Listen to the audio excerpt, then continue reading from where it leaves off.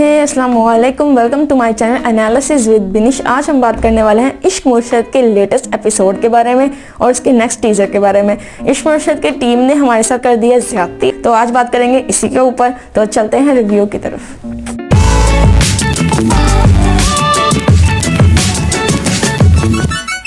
सबसे पहले बात कर लेते हैं इश्क मुर्शद की टीम की हमारे साथ चीटिंग के बारे में। लास्ट एपिसोड में और लास्ट टीजर में उन्होंने हमें दिखाया था कि शिब्रा का रिएक्शन कि शामिर बता देता है शिब्रा को सब कुछ, लेकिन इन्होंने अगेन हमें एक हफ्ता वेट करने के बाद अब फाइनली हमें कुछ न्यू देखने को मिलेगा। शिब्रा का कुछ रिएक्शन, शामिर कुछ सच बताएगा, हमें कुछ एक्साइटेड देखने को मिलेगा। तभी हमारे साथ ये इन्होंने कर दिया चीटिंग। इन लोगों ने मजीद उस चीज़ को और ज़्यादा डिले कर दिया हुआ है। फजल बख्श के करैक्टर को मजीद इन्होंने अब और ड्रैग करना है, मुझे ऐसे नज़र आ रहा है। मेरे लिहाज से ये बहुत गलत बात है कि जब आप अपनी ऑडियंस को एक एंगेज करके साथ रखते हो, वो एक अच्छे सीन का और एक चीज़ का वेट कर रहे हैं और उसके ऊपर आप लोग आके ये हमारे साथ सीन कर जाओ, हमारे साथ ये गेम कर जाओ, तो ये बहुत ज़्यादा डिसअपॉइंटेड वाली बात है। पाकिस्तानी ड्रामाज में अब बहुत ज़्यादा ये चीज़ दिखाने लगी कि जैसे ही कोई ड्रामा बहुत हॉट फेवरेट हो जाता है और उसका कोई सीन का हम लोग बहुत ज़्यादा वेट कर रहे हो, तो उस एपिसोड को एज फॉर TRP उसको मजीद ड्रैग कर दिया जाता है और ज़्यादा उसको डिले कर दिया जाता है। कई बार पोस्टपोन कर दिया जाता है, उसका एपिसोड नहीं आता या उस दिन को कहीं बड़े सिनेमा में लगाने का कह देते हैं, जैसे कि हमारे साथ ये हुआ था मेरे पास तुम हो में। उसकी जो लास्ट एपिसोड का हम लोग इतना ज़्यादा वेट कर रहे थे, लेकिन उन्होंने उस एपिसोड को और ज़्यादा डिले कर दिया था। 2 वीक्स उन्होंने डिले किया था और उसके बाद उन्होंने कह दिया जिस सिनेमा हॉल्स में लगेंगे, अगर आपने जाना है तो वहाँ जाकर देख लें। तो यही सीन हमारे साथ किया है इश्क मुर्शद की टीम ने, दिखा के हमें लास्ट टीजर में कि शामिर का सच अब शिप्रा के सामने आने वाला है। हम वेट कर रहे थे शिप्रा के रिएक्शन का और देन उन्होंने ये चीज़ कर दी कि उन्होंने वो एपिसोड दिखाया ही नहीं। बहुत सारे सीन्स जो लेटेस्ट ड्रामा गया है, बहुत ज़्यादा बोरिंग और फजूल सीन्स उसमें दिखाए गए जिसका कोई कॉन्सेप्ट नहीं बनता था।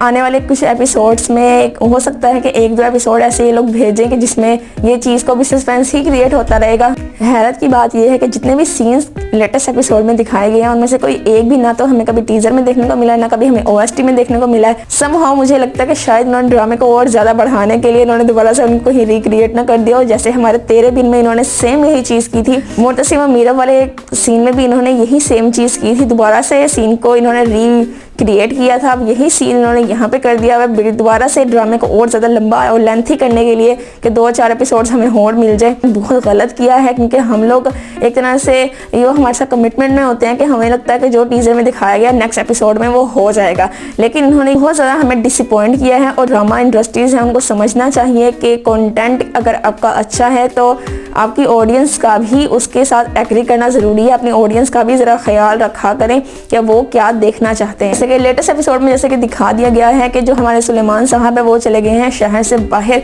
2 दिन तक वो नहीं आएंगे। ये 2 दिन तक ये बहुत ज़्यादा खिचड़ी इन्होंने पूरे एपिसोड्स में इन्होंने पका देनी है। जैसा कि हमें टीजर में दिखाया गया है कि फजल बख्श बहुत अच्छे कपड़े पहन के वो खड़ा होता है कि मैं अपनी जो हमारी निम्रा है, निम्रा को लेके जाऊँगा बाहर और ऐसे गेटअप में लेके जाऊँगा, जिसके ऊपर शिब्रा बहुत ज़्यादा गुस्सा करती है कि मैं तुम्हारे लिए खाने बना रही हूँ और तुम बाहर निम्रा के चक्कर में पड़े हुए, और उसको बहुत ज़्यादा नाराज़ कर देती है। जिसके ऊपर दिखाया जाता है कि सुकैना और उसकी माँ बहुत ज़्यादा इस चीज़ को कहते हैं जाओ और तुम जाके उसको मनाओ।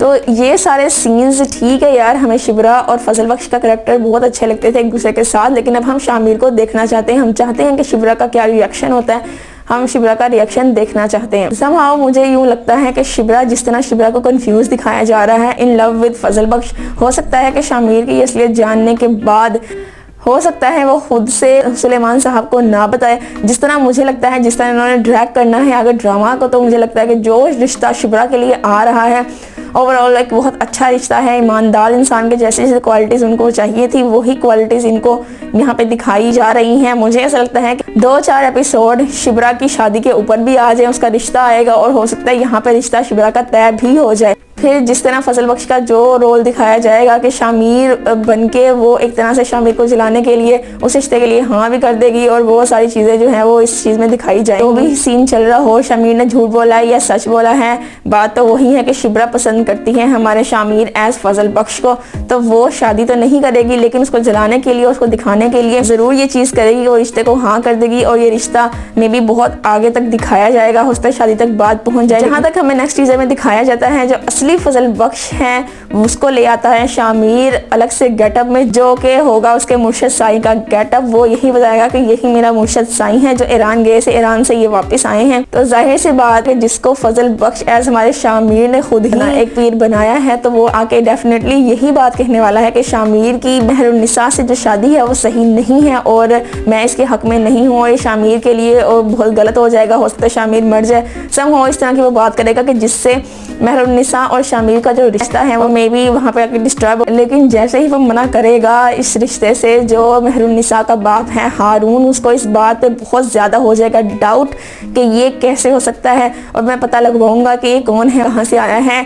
वो अपने सोर्स से इस चीज़ का पता लगा लेगा कि ये सारा सीन जो है वो शामिर का खुद का क्रिएट किया हुआ है, वो क्या करता फिर रहा है। सही सच्चाई हो सकता है हारून को पता चल जाए और इसकी एकदम ही ये सारी चीज़ें बाहर आए कि जहाँ पे शामिर के घर वालों को भी पता चले कि शामिर क्या कर रहा है, शिब्रा को भी पता चले कि असल हमारा शामिर कौन है, शिब्रा के बाप को भी पता चले कि फजल बख्श शामिर है। तो एकदम से इन्होंने सब कुछ रैप अप करना है, जो इतना सब इन्होंने रायता फैलाया हुआ है एकदम से ही सबको रैप अप करेंगे। बहुत सारे धमाके एक साथ हो जाएंगे जिसमें इस चीज़ को एकदम से दिखाया जाएगा और वो एपिसोड हमारे लिए देखने में बहुत मजेदार हो गए। लेकिन फिल वक्त इन्होंने हमारे साथ ज्यादती की है और गलत किया है हमें ना दिखाकर। जहां तक बात की जाती है आज के एपिसोड की, तो आज के एपिसोड में फजल बख्श को जिस तरह दिखाया जाता है कि वो बात करता है कि समहाउ हमें ये दिखाएंगे कि पॉलिटिशियन बहुत अच्छे होते हैं, लेकिन मेरे अकॉर्डिंगली ऐसा कोई भी अच्छा नहीं होता है। कोई अच्छा होता है उसे उठा के जेल में डाल देते हैं और उनको बाहर निकलने ही नहीं देते। तो ये चीज़ पाकिस्तान में तो बहुत मुश्किल है कि किसी कोई भी अच्छा सा पॉलिटिशियन हमारी ज़िंदगी में आ जाए, वो हमारी ज़िंदगी को बदल दे। सबसे ज़्यादा मज़ा आता है कि शिब्रा बार बार जब सकैना फजल बख्श से बात करने के लिए जाती है, वो हर बार उसको यही कहती है तुम रुको मैं जाती हूँ। शिब्रा बार बार फजल बख्श से बात करने के लिए जाती है, जो बात होती है कहती है मैं ही करूँगी तुम कुछ मत करो। ये एक बहुत बड़ा सिग्नल है कि हमारी शिब्रा जो है वो शामिर एज हमारे फजल बख्श को पसंद करती है। लेकिन जब ये करैक्टर सामने आएगा कि शामिर हमारा फजल बख्श जो है वो शामिर है, तो बहुत बुरी तरह से शामिर को ट्रीट किया जाएगा और बहुत बुरा भला कहा जाएगा, बहुत ज़्यादा। जितना भी सुलेमान साहब या शिब्रा कहे कि वो फजल बख्श बहुत अच्छा था, वो सारी क्वालिटीज़ को उसकी एक साइड पे रख के उससे बस यही देखेंगे कि उसने झूठ बोला और इसको बहुत ज़्यादा बुरी तरह से ट्रीट करेंगे। बहुत सारा वियर्ड सी सिचुएशन क्रिएट हो जाएगी। जैसे सबसे ज़्यादा बुरा जो इंसान है वो फजल बख्श को ही बताया जाएगा उन दोनों की नज़र में। ओवरऑल ये सब ड्रामे का सीन चल रहा है। बहुत सारे सीन्स मुझे आउट ऑफ स्पेस ही लगे, ज़रूरत नहीं थी उन सीन्स को दिखाने की, लेकिन उन्होंने फिर भी उन चीज़ों को दिखाया just for some TRP gain करने के लिए। उन्होंने ये सारी चीज़ें हमें दिखा डाली।